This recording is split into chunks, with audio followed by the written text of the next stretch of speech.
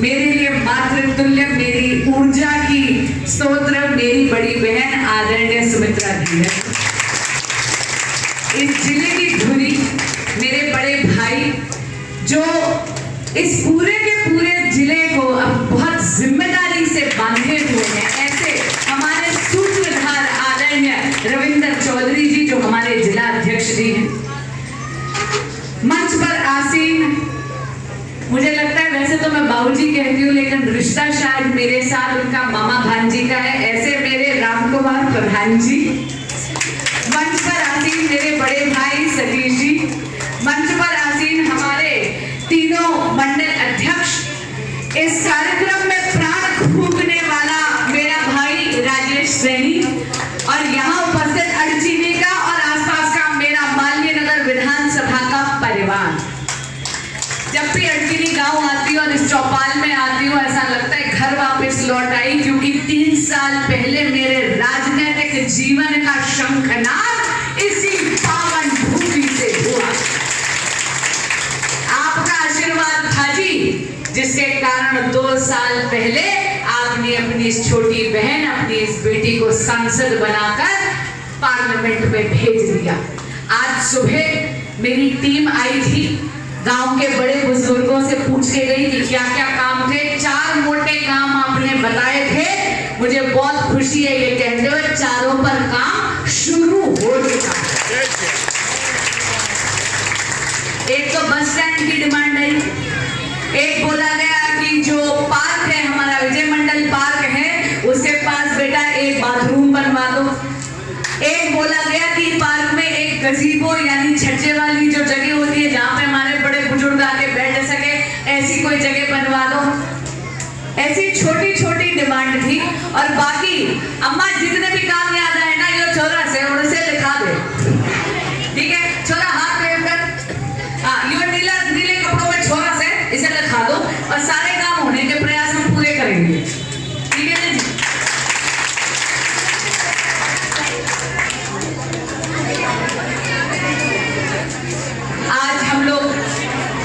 आज हम लोग हमारी बड़ी बहन सुमित्रा भैया जी के अथक प्रयासों से यहाँ पर वाटर कूलर भी हम लोग चौपाल में लगा रहे हैं, जरा जोरदार तालियां सुमित्रा जी के। आज यहाँ के बहुत ही लोकप्रिय विधायक आदरणीय सतीश उपाध्याय जी जल बोर्ड की मीटिंग में फंस गए हैं, उनका तो बड़ा मन था यहाँ आने का, वो आ नहीं पाए, लेकिन मेरे भाई को हम लोग स्पिरिट में याद कर रहे हैं, जरा जोर से बोलेगा सतीश जी को जय श्री राम, सतीश जी को जय श्री राम। आज हम यहाँ पर एक ऐसे राष्ट्र नायक की पुण्यतिथि पर आए हैं जिन्होंने भारत की एकता, भारत की अखंडता और भारत की अस्मिता के वो एक प्रखर प्रहरी के रूप में जाने जाते हैं। देखिए यहाँ पर कई मेरे युवा साथी भी हैं, मैं उनको कहना चाहूंगी भाई युवा कोई आज की इजाद नहीं है, ये जो मेरे मामा जैसे यहाँ पे वरिष्ठ लोग बैठे हैं ना, इन सब बड़े बुजुर्गों ने अपनी जवानी खपा ली है इस देश को बनाने के लिए। यहाँ जितनी भी मेरी मामियां, मेरी चाचियां, मेरी माताएं यहाँ पर बैठी हैं, इन्होंने अपनी जवानी खपा ली है भारत का स्वर्णिम युग लाने की। और इसीलिए अगर डॉक्टर श्यामा प्रसाद मुखर्जी के जीवन से आज के युवा ने कुछ सीखना है तो उसको ये जानना होगा कि वो जवानी, वो यौवन जो देश के काम ना आए वो निरर्थक है। मात्र 33 बरस के थे जब कैलकटा यूनिवर्सिटी के सबसे कम उम्र के वाइस चांसलर बन गए थे, बैरिस्ट्री की पढ़ाई करी और नेहरू जी के कैबिनेट में मंत्री बने,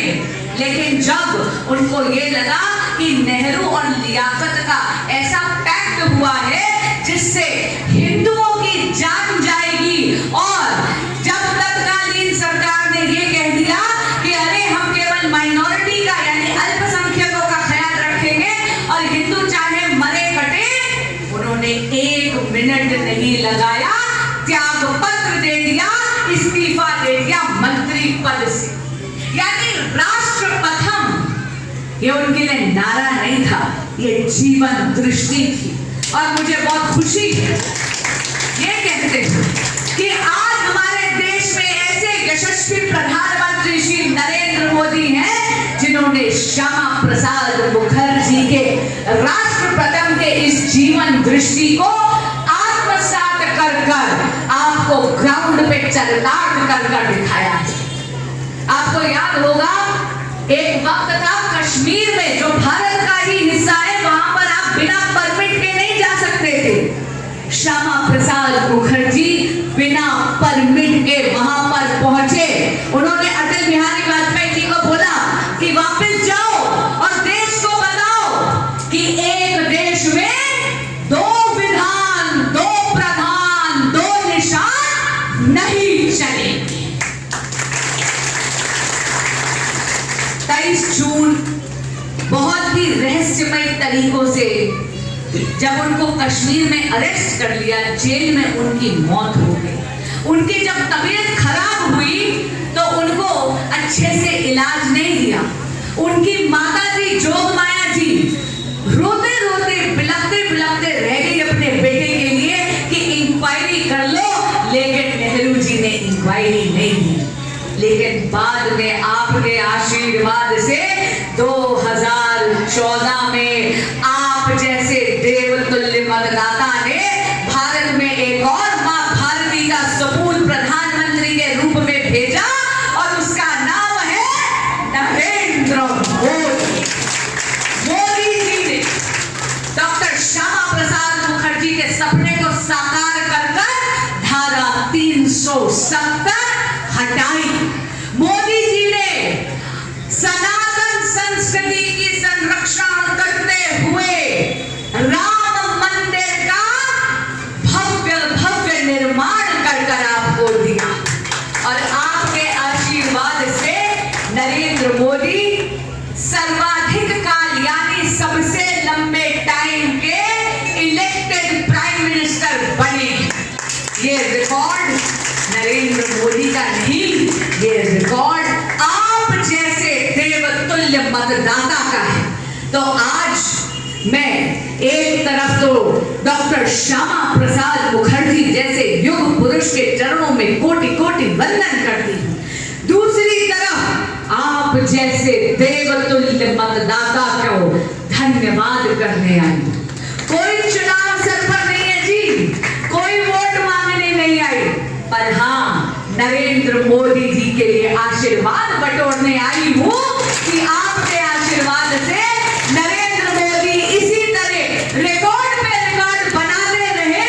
और निरंतर काल तक वो प्रधान सेवक की भूमिका मां भारती के चरणों में करते रहे। प्यार का कर्जा है मेरे पे, आशीर्वाद का कर्जा है और ये कर्जा मेरे पे